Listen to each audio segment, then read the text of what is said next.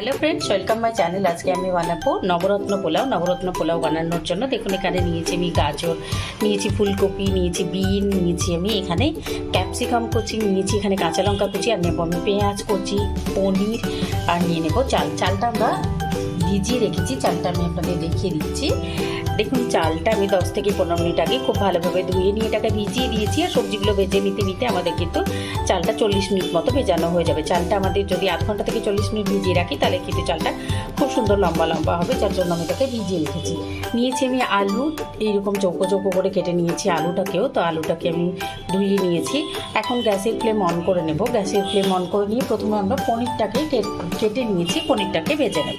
এই দেখুন গরম জলের মধ্যে সবজিটা আমি ভিজিয়ে রেখেছিলাম, আধা ঘন্টা হয়ে গেছে। এখন জলটা থেকে ছেঁকে নিয়েছি। এখন এর মধ্যে আবার আমি ঠান্ডা জল দিয়ে রেখে দেবো। আর এর আলুটা আমি আলাদা করে তুলে নিয়েছি। আলুটাও দেখুন নিয়ে নিয়েছি আমি পনিরটা আমরা নিজেদের পছন্দ মতো আকারে কেটে নেব। গ্যাসের ফ্লেম অন করে নিয়ে প্রথমেই আমরা নিয়ে নেব এর মধ্যে সাদা তেল। এখানে আমি সাদা তেল নিয়ে নিয়েছি। তেলটা গরম হয়ে গেলে এর মধ্যে পনিরটা দিয়ে আমরা ভেজে নেব। দেখুন নিয়ে নিয়েছি আমি পনিরটা। এখানে আমি 250 গ্রাম পনির নিয়েছি। পনিরটাকে আমি এরকম সাইজে কেটে নিয়েছি, আপনারা নিজেদের পছন্দ মতো আকারে কেটে নিতে পারবেন। এখন পনিরটাকে আমি দিয়ে দিয়েছি তেলের মধ্যে। তেলটা গরম হয়ে গেছে। এখন আমি এটাকে খুন্তি দিয়ে নাড়াবো না, একটুখানি কড়াইটাকে এরকম করে নাড়িয়ে নিচ্ছি। নিয়ে পনিরের উপর একটু স্পট পড়ে গেলে তারপরে পনিরটাকে আমরা উল্টিয়ে নেব।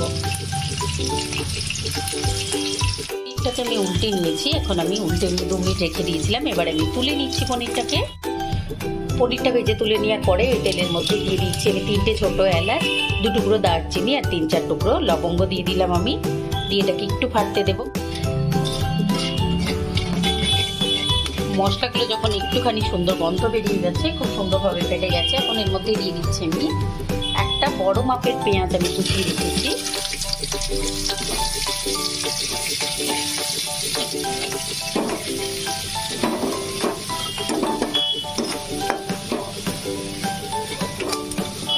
নিয়ে নিলাম পেঁয়াজটা। আমি পেঁয়াজটা একটুখানি ভেজে নেব। পেঁয়াজটা দিয়ে এর মধ্যে দিয়ে দিয়েছি আমি 1/2 টিস্পুন নুন। এটাকে এখন আমি ভেজে নিচ্ছি। এতে খুব তাড়াতাড়ি নরম হয়ে যাবে। আর আমি নুনের পরিমাণটা বেশি দিলাম কারণ এর মধ্যে আমি সব সবজিগুলো এখন দিয়ে দেবো, যার জন্য পেঁয়াজটা ভেজে নেব না, জাস্ট পেঁয়াজের কাঁচা গন্ধটা যখন চলে যাবে তখন এর মধ্যে আমরা দিয়ে দেবো আলুটা। আপনারা চাইলে আলাদা করেও কিন্তু আলুটা ভেজে নিতে পারেন। তো আমি এখন এর মধ্যে দিয়ে দিচ্ছি আলুটা। এখানে আমি 2টো মিডিয়াম সাইজের আলু কেটে নিয়েছি।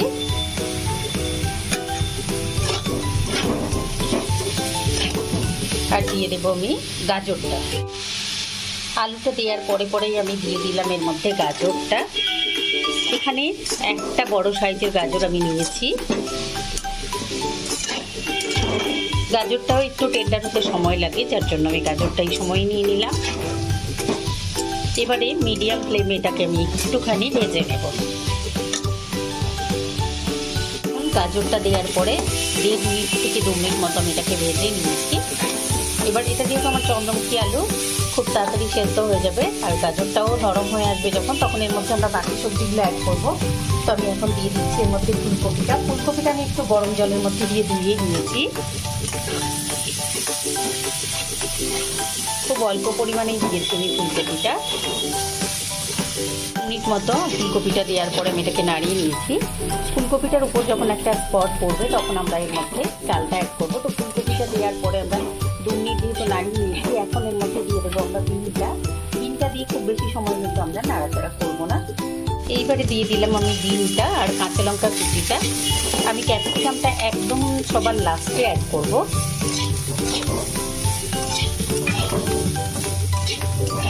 গ্যাসের ফ্লেমটা আমি একটু কমিয়ে নিচ্ছি।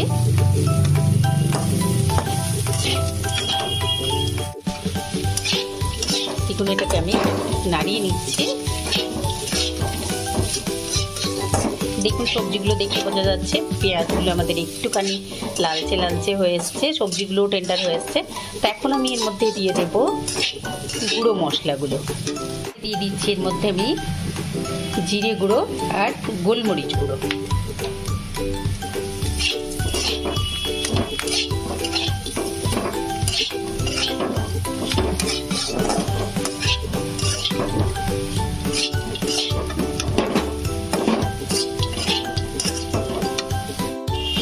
আমি আদা বাটাটা দিয়ে এটাকে আমি এখন নাড়িয়ে নিচ্ছি। আদার কাঁচা গন্ধটা চলে যাওয়া পর্যন্ত এটাকে আমরা আরও একবার নাড়িয়ে নিচ্ছি। এইবারে দিয়ে দিচ্ছি এর মধ্যে আমি ক্যাপসিকাম কুচিটা দিয়ে জাস্ট মিলিয়ে দিচ্ছি। মিলিয়ে নেওয়ার সঙ্গে সঙ্গে এর মধ্যে দিয়ে দেবো আমরা টক দইটা আমি ফেটিয়ে রেখেছি।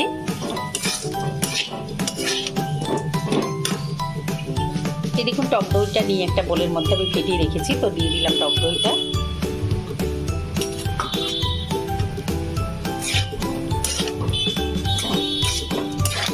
দইটা আমি একটু জল দিয়ে ফেটিয়ে নিয়ে এর মধ্যে অ্যাড করে দিয়েছি। এখন আমরা এর মধ্যে অ্যাড করে দেবো জলটা। তো আমরা চালের যে বোলের মাপে আমরা চালটা নিয়েছি তার জলটা ফুটতে শুরু করেছে, তো এই জলটা আমি ঢেলে দেবো এর মধ্যে। চালের জাস্ট ডবল নিয়েছি আমি জলটা। এখন গরম জলটা আমি এর মধ্যে ঢেলে দিয়েছি। যখন এর মধ্যে এটা টকবক করে ফুটতে শুরু করবে, এটা ফুটন্ত জলেই দিয়েছি এর মধ্যে আমি। সবজিটা যখন টকবক করে ফুটবে তখন এর মধ্যে দিয়ে দেবো আমি চালটা ছেঁকে নিই। এইবারে দিয়ে দিচ্ছি আমি চালটা।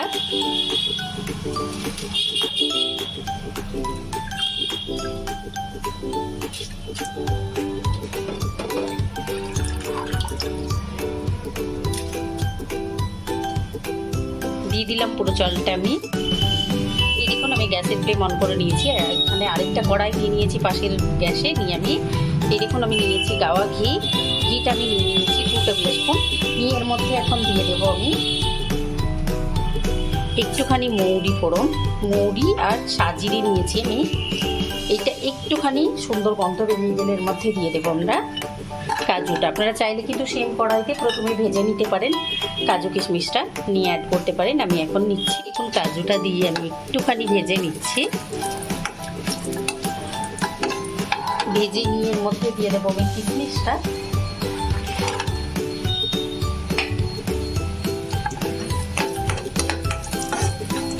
এবারে গ্যাসের ফ্লেম অফ করে দেবো, নাহলে কিশমিশটা লালচে হয়ে যাবে।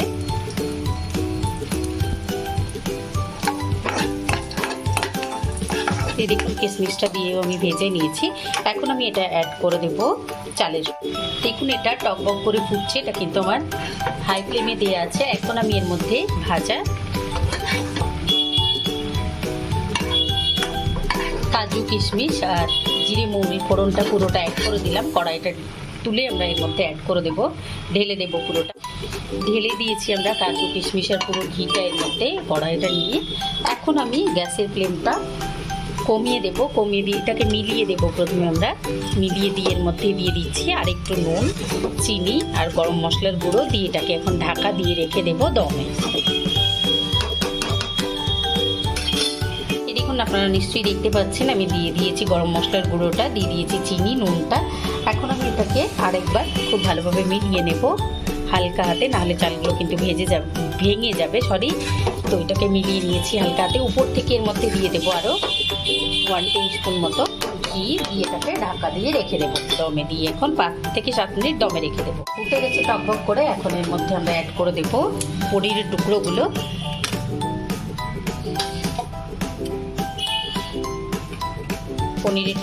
অ্যাড করে দেখুন গ্যাসের ফ্লেমটা একদম লো করে দিয়ে এটাকে এখন আমি রেখে দেবো 5 থেকে 7 মিনিটের জন্য দমে। দেখুন 6 মিনিট হয়ে গেছে, তো গ্যাসের ফ্লেম অফ করে এটাকে নামিয়ে রেখে দেবো। নামিয়ে রেখে দেওয়ার পরে এটাকে আরও 10 মিনিট পরে এটাকে আমি সার্ভ করব। এখন গ্যাসের ফ্লেম অফ করে এটাকে নামিয়ে রেখে দিচ্ছি। গ্যাসের ফ্লেম অফ করে আমি এটাকে 10 মিনিট রেখে দিয়েছিলাম। 10 মিনিট হয়ে গেছে, আমি এখন ঢাকাটা টেনে নিচ্ছি, নিয়ে এটাকে তুলে সার্ভ করে দেবো। দেখুন 6 মিনিট পরে আমি এটা তুলে নিচ্ছি। ঢাকাটা তুলে নিয়ে আমি একবার দেখে নিচ্ছি এটাকে। দেখুন আমি তুলে সার্ভ করে দিয়েছি নবরত্ন পোলাও।